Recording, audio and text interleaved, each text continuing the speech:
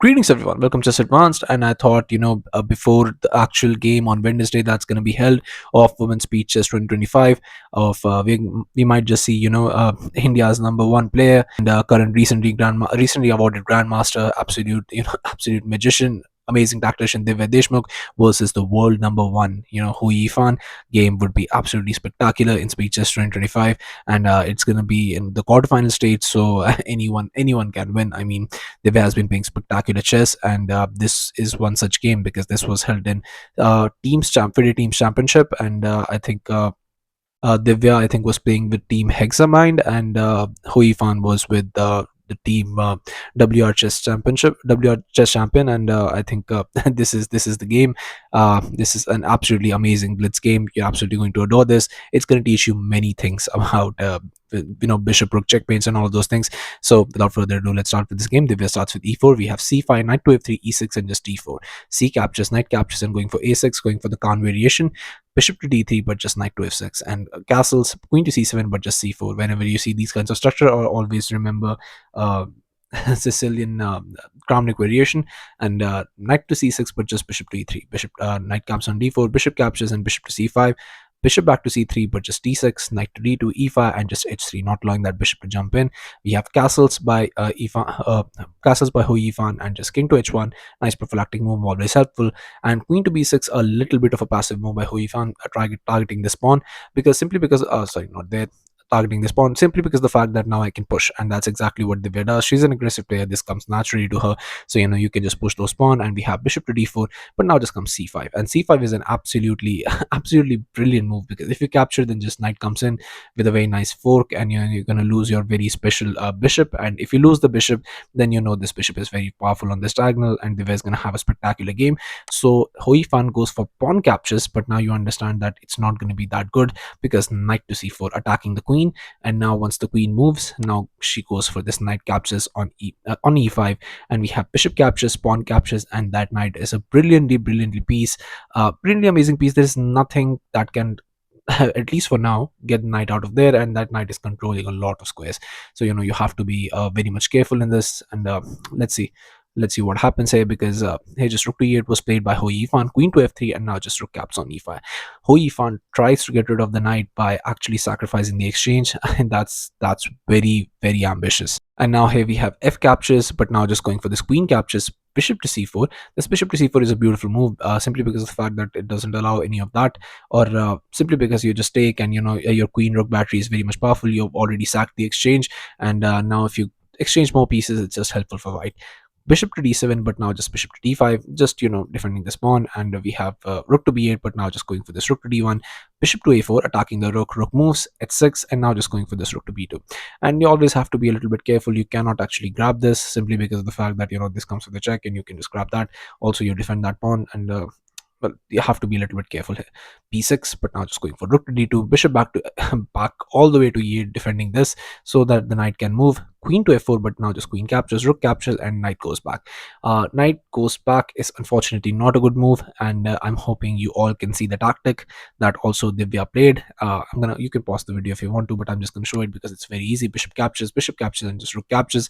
So you just trade down into a completely winning endgame, and now the bishop needs to move, and your position is very much worse. Bishop caps on a2 was played by Hou Yifan, rook to a7, and now that pawn is falling. You could go for a move like this, but that's a bit too passive. Here a5 was played, but now just comes the idea that now this comes a very beautiful remaneuvering. You have to play this rook to f2, attacking the bishop moves. Now you play rook to d2. Now what you're just trying to do is get here. So basically, once bishop to e6 was played, trying to stop that, you play rook to d6, attacking the bishop. And now there is no actual way. You could try this, but then slowly but surely these pawns fall. So you play bishop back to c4, but now just going after this, also threatening this. Rook to a4, but just rook c to c7. Now b5, but just rook captures. King moves, but now just rook gets here, and again this pawn is falling. You have to be very much careful here. Rook to e8, but now just going for this checkmate. Currently it's not a checkmate because bishop blocks, but if that is allowed, then rook captures, and you're just very worse in this position. So bishop already back to g8, but now just you get this rook to b7, bishop to c4, rook to h7, bishop to g8, rook caps on h6. Finally going for it. Rook to e7, asking for a rook trade, but you don't trade. First you gobble up all the pawns, then you trade into a winning endgame. Rook caps on e4, king to h2, but just bishop to c4. And now again going for some very insane lines, because But if you block now, then this, and then again this is just very very bad, because just rook captures and rook captures, simple tactics. I mean, you're just gonna win the game. Rook to e8, but just is going for this rook to c7. And now again, rook to e7, rook caps on e5, sorry, c5, and now just bishop to e2, h4, and now b7. What I'm gonna do is just push these pawns, and it's a clear victory now. From here onwards, there is nothing Hou Yifan can do, and Divya is gonna actually win the game. But instead, she played rook to g4, not going for this, and maneuvering maneuvering in a very different manner, because you have to be very very careful to go for that. I mean, this is absolutely insane plan, but well, it works. So you should have you could actually gone for it, but it's a blitz game. You cannot expect players to calculate everything.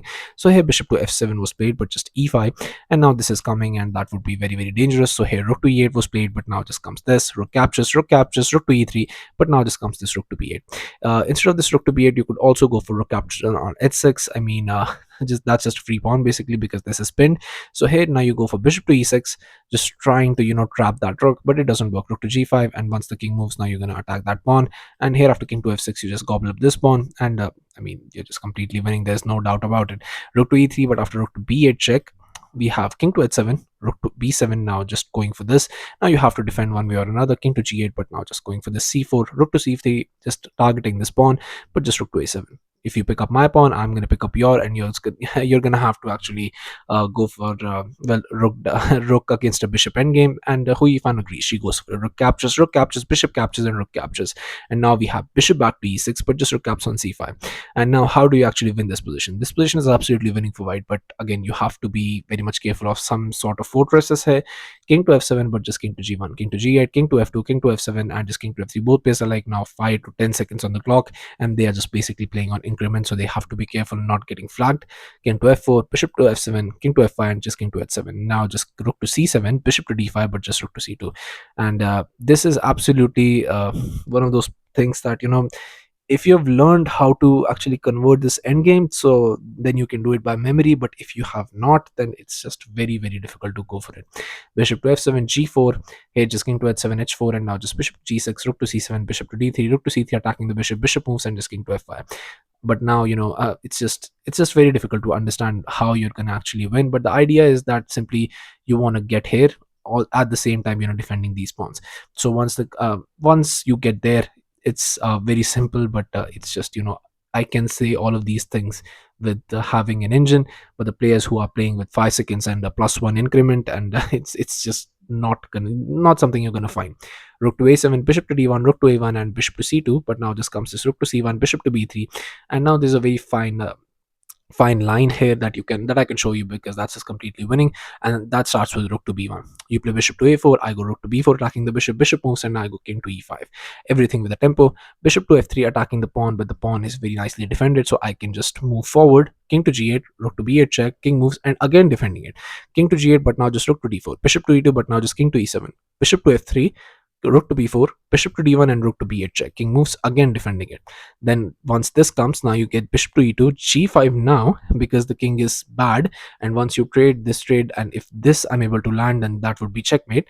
So that's the idea. And now once once you play h captures, and king to h7, stopping that, now I just go for rook to d6, just cutting off and just going for this. And even if this is the case, then this and this, and this would be actually checkmate. So here we have bishop to f3, but just king to f8, bishop to h5 now. And you have to be very much careful not to go for lines like now I just wait and see what your move is going to be, because if you play a move like this, then basically you're just getting checkmated in a few more moves. But then again, if you play a move like this, then it's a mate in 6, simply because of the fact that once this move comes, you cannot defend that pawn. Bishop moves, rook captures, king moves, and just after captures this, and this would be checkmate.